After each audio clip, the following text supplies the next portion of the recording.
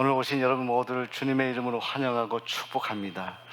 날씨가 추운데 이렇게 오시는 발걸음이 쉽지 않았을 테인데 이렇게 여러분들 약속한 시간에 오신 여러분들에게 하나님의 놀라우신 은혜와 축복이 함께 하시기를 소원합니다. 산악인 엄홍길 씨가 있는데 그가 히말라야의 참 높은 산들을 여러 산들을 정복했습니다. 산을 올라가다 보면 같이 동료들이 가다가 어느 순간부터는 혼자 올라가야 되는 지점이 있다라고 하죠. 근데 이 엄홍길 씨의 인생 가운데 잊혀지지 않는 쉐르파, 이 쉐르파라고 한다면 등산가가 등산을 할 때 그 등산의 정상에 올라가기까지 많은 부분 같이 도와서 올라가는, 장비를 같이 들어주고 식량을 같이 들고 가서 같이 등산과 동행하는 사람인데, 이 엄홍길 씨의 인생 가운데 정말 잊혀지지 않는 한 셰르파, 그 사람이 술담 도르지라고 하는 히말라야의 본토 사람이었습니다. 늘 함께 등정하면서 돕고 성공적인 등정을 도와하는데, 그가 한 번은 1986년 엄대장이 에베레스트 정상에 도전했을 때, 두 번째 도전했을 때 7,500m 지점에서 이 도르지라는 셰르파가 깊은 크레바스에 빠져서 거기에서 사망하고 맙니다. 같이 산을 올라가다가 옆에서 툭 떨어져서 밑에 깊은 크레바스 밑에 쓰러져 있는 그 눈 속에 피를 흘리는 그의 모습을 보고 어찌할 바를 모르죠. 이 부고의 소식을 전해야 되는데, 이 술담 도르지 이 셰르파는 결혼한 지가 4개월밖에 되지 않은 사람이었다고 합니다. 아내가 18살인 아내였어요. 그리고 어머니가 계셨는데 어몽기 씨가 어찌할 바를 모르는 거죠. 이걸 어떻게 이 소식을 전해야 되는지. 이 일을 계기로 해서 그 힘든 소식을 전하고 위로해주고 너무너무 미안하고 너무너무 고마운 마음에 이 에베레스트, 이 술담 도르지 고인이 된 그 고향에 1호 학교를 세우게 되고 그 미망인과 어머니를 잘 유족을 도와주고 살펴주게 됩니다. 왜 그렇게 했을까요? 너무 고마웠던 거죠. 어마어마한 위험과 눈보라와 고독한 길에 함께 동행했던 셰르파 술담 도르지를 위해서 엄홍길 씨는 이렇게 안 하면 안 된다라고 생각을 했던 거예요. 사랑하는 성도 여러분, 때는 우리가 인생을 살아갈 때 이 정말 높은 산을 올라가는 것 같이 힘들고 어려울 때가 있습니다. 이건 내가 올라갈 수 있을까? 이건 내가 할 수 있을까? 내 인생의 어려움과 고난과 환난과 질병과 물질적인 그런 고통을 당하고 참으로 깊은 수렁에 빠졌을 때, 그때 여러분들을 격려해주고 함께하는 그런 가족과 친구가 있다면 얼마나 고마운 것입니까? 근데 사랑하는 여러분, 아무리 내가 사랑하는 가족과 내 친구가 내 주변에서 나와 동행한다 하더라도 그와 영원히 함께할 수는 없습니다. 나의 사랑하는 가족들과 내 인생길을 동행하고 나의 사랑하는 친구들과 내 인생길을 동행한다 하더라도 언젠가는 이 땅에서 헤어져야만 하는 것이 우리의 운명입니다. 근데 성경은 말씀하기를, 이 위대한 진리의 말씀은 우리에게 알려주기를, 우리 인생의 고독한 이 길에, 어렵고 험난한 이 길에 우리 곁에 우리와 동행해 주시는 분이 계시다라고 말씀하고 있어요. 그분이 바로 예수님이십니다. 예수 그리스도. 성경은 그분을 말씀하기 위해서 존재하는 책입니다. 예수님은 오늘 저와 여러분을 사랑하십니다. 그래서 구원하셨습니다. 구원이라는 것이 뭐냐? 이게 무슨 말이냐? 구원은 10원 빼기 1원이다. 그게 구원이다 이 말씀. 구원이 무슨 말이냐? 사실은 처음 오신 우리 성도님들이 구원이란 말이 무슨 말인지 정확하게 이해하시지 못할 수 있습니다. 쉽게 말하면 구원은 영원한 생명을 사는 것입니다. 쉽게 말하면 구원은 우리가 이 세상을 떠나도 천국에 가는 것입니다. 이 구원의 축복을 예수님이 우리에게 주셨습니다. 왜 주셨습니까? 오늘 성경 말씀에서 요한복음은 니고데모라고 하는 유대인 관원이 밤중에 예수님을 찾아와서 대화를 하는 가운데 예수님이 말씀하셨습니다. 하나님이 세상을 이처럼 사랑하사 독생자를 주셨으니 이는 그를 믿는 자마다 멸망치 않고 영생을 얻게 하려 하십니다.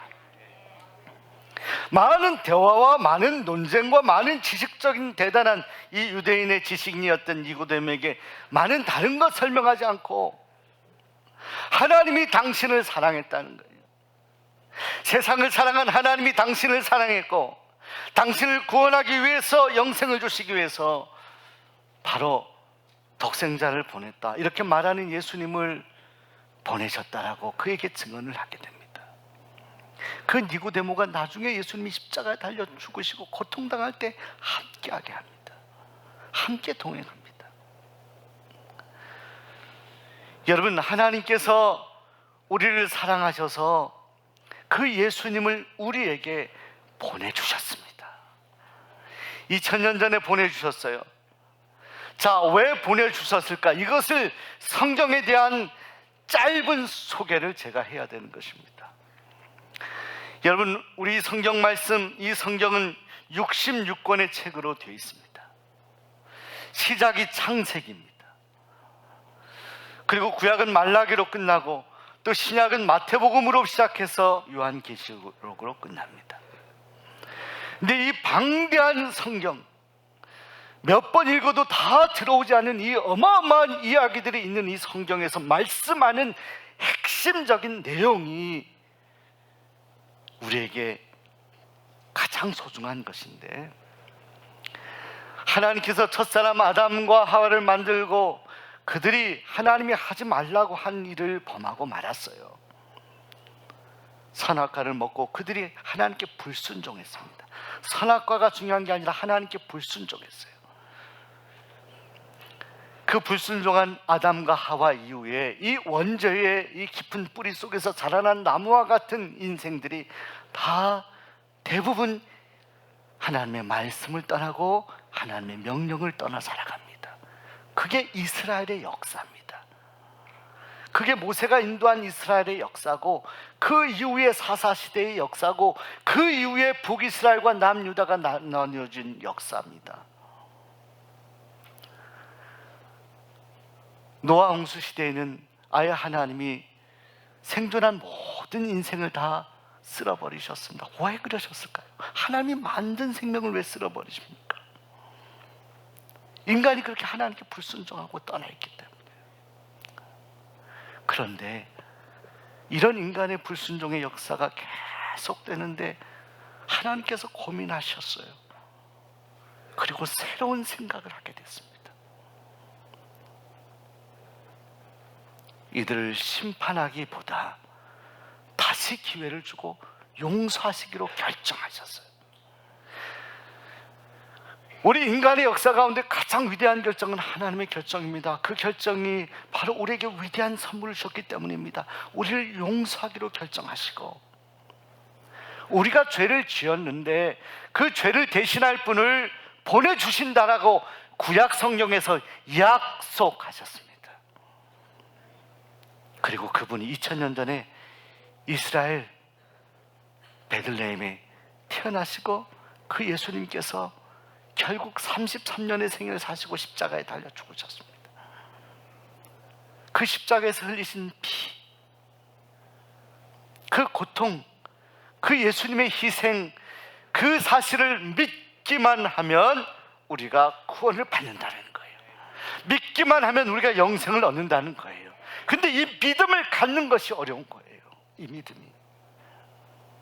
세상에서 가장 어려운 일들이 많다라고 하지만 저도 전도를 해보면 이렇게 많은 사람들이 있는데 믿는다는 것이 이렇게 어려운 것인가? 하나님, 저들에게도 구원의 문을 활짝 열어주옵소서. 이렇게 기도할 때가 많이 있어요. 사랑 여러분, 오늘 이렇게 귀한 자리에 오신 사랑하는 태신자 여러분, 그리고 성도 여러분, 여러분이 이 자리에 앉아서 믿음을 가지고 예배 드리고 있다는 것 자체가 하나님의 축복입니다. 새가족들도 많이 오시지만 그러나 정착해서 믿음 생활을 계속하는 분들이 많지 않아요. 그럴 때마다 저 안타까운 마음으로 새가족들을 위해서 기도도 하지만 이것은 사람의 힘으로 되는 것이 아닙니다. 구원받고 영원한 생명을 얻고 천국 가는 것은 인간의 힘으로 가능한 것이 아니에요. 이것은 여러분을 향한 하나님의, 성경이 은혜라고 합니다. 그 선물을 하나님이 주셔야 돼요. 그 마음을 주셔야 하는 것입니다. 그 하나님께서 우리의 죄를 대신해서 예수님을 보내주셨습니다. 그것은 마치 누가 물에 빠져 들어가는데 그 물의 익사에 들어가는 사람을 보자마자 들어가서 그를 구하다가 그는 구하고 물에 빠진 사람은 구하고 자기는 익사를 한 그런 사람과 같은 거예요. 철도에게 누가 잘못해서 발을 헛디뎌서 떨어졌는데 그걸 보고 누군가 얼른 내려가서 그를 밀쳐내다가 자신은 철도에 그 열차에 치여 죽는 사람과 똑같은 거예요. 대신 우리가 누군가를 위해서 희생하고 누군가를 위해서 나의 몸을 던질 수 있는 그 마음이 우리 주님의 마음인데, 오늘 우리의 모든 죄, 인간이 뿌리 깊은 이 죄를 우리 스스로가 이길 수거나 극복할 방법이 없고 씻을 방법이 없는데 대신 죽으신 예수님께서 그 죄를 대신하여 죽으셨기 때문에 우리가 살아났다는 겁니다. 이것을 너희가 믿느냐라는 거예요. 성경은 그 약속의 말씀을 믿고 살아가기를 간절히 원하는 겁니다. 여러분, 우리 주님은 우리가 마음으로 영접할 때 우리를 구원하실 뿐만 아니라 우리 인생길의 동행자가 되셔서 우리를 위로하십니다. 우리가 힘들 때 어깨를 토닥여 주시기도 하고 귓속말로 힘내라고 말씀해 주시기도 합니다. 우리에게 좋은 친구가 있지만 우리 주님을 여러분이 친구로 영접하면 여러분을 구원하신 예수님께서는 늘 여러분과 동행하시고 위로해 주시고 말씀해 주시고 힘든 일을 만날 때도 피할 길을 허락해 주십니다. 예수님은 2000년 전에 33년의 생애를 사셨는데 3년 전도하셨습니다. 30세까지는 가정생활을 주로 하며 준비를 하셨지만 예수님께서 그때가 되었을 때 사역을 시작하며 제자들 부르시고 3년을 사역했는데 그 3년 동안 많은 사람을 만나서 전도하셨습니다. 한 번은 여리고에 갔는데 예수님이 여리고에 도착하셨는데 사람들이 오늘 여러분이 모인 것보다 더 많이 이렇게 사람들이 모여서 예수님을 둘러싸여 있었습니다. 그때 이 이스라엘에 한 세리가 있었습니다. 삭개오라고 하는 사람인데 예수님이 여리고에 오신다는 소식을 듣고 가고 싶은 마음이 들어서 거기에 갔더니 사람이 너무 많아서 키가 작은 그가 예수님을 볼 수가 없었습니다. 돌아갈까 하다가 보니까 저쪽에 나무가 하나 있었습니다. 그 나무에 올라갔어요. 올라가니까 예수님이 보이는 겁니다. 그런데요, 그 예수님 말씀을 전하시는 군중에 휩싸였던 예수님께서 말씀을 마치시고 타박타박 걸어오시는데 나무에 올라간 그 삭개오 앞에까지 걸어오셔서 삭개오와 눈을 마주치십니다. 삭개오야, 내려와라. 내려와라.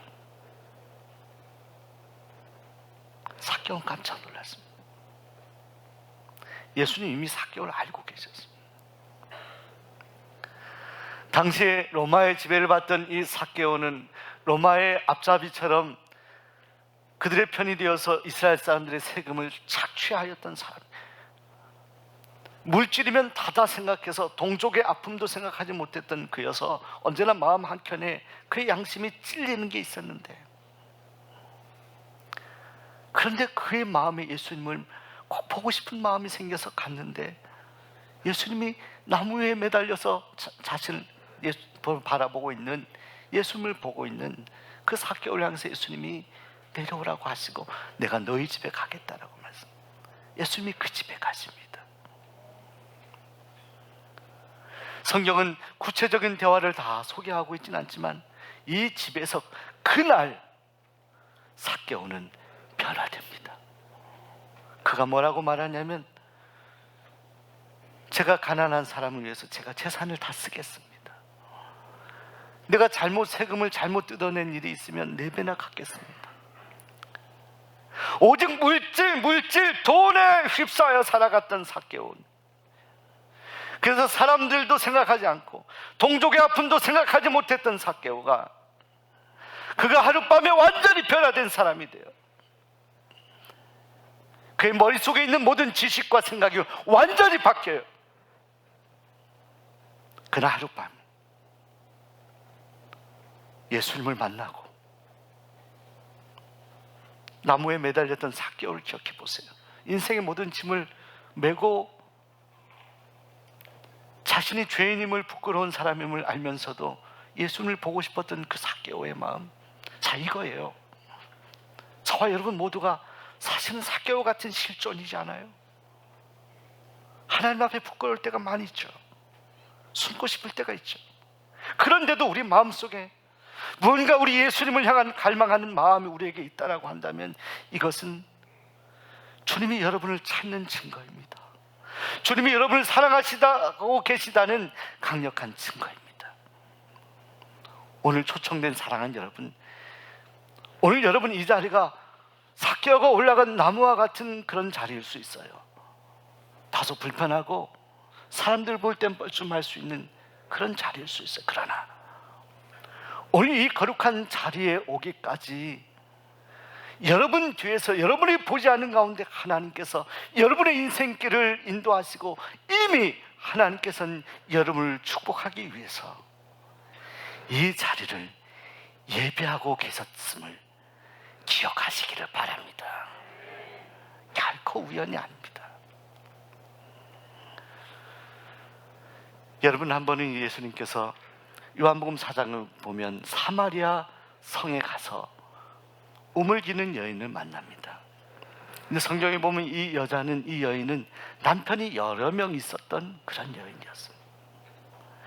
사람들이 볼 때는 손가락질하는 여인일 수 있었어요. 누구와 대화하는 것도 편하지 않고 늘 내 인생을 생각하면 비관적일 수 있는 이 여인과 물을 주고 받으면서, 우리 주님은 육신의 갈증을 해결하는 물이 아니라 영원한 샘물, 그 여인 마음속에는 응어리진 마음을 풀어주시고 위로해 주시고 너가 다시 할 수 있다라고 말씀하시며 그 여인을 살려내십니다. 내 인생 더 살아야 되냐라고 하면서 포기하고 싶었던 그 여인의 마음속에 주님 오셔서 그 요만한 불씨를 다시 살려내셔서 그 여인이 주님을 만나고 물동이를 버려두고 예수님을 증거하는 여인이 됩니다. 그날 그 일이 일어난 겁니다.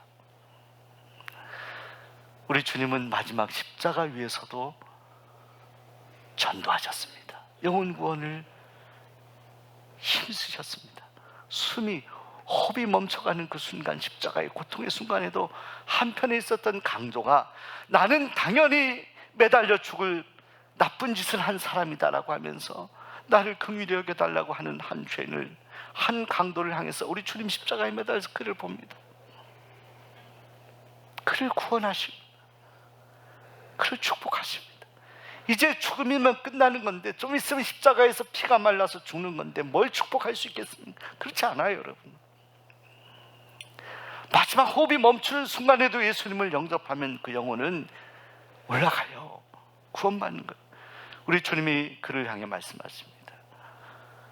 내가 나와 함께 낙원에 있으리라.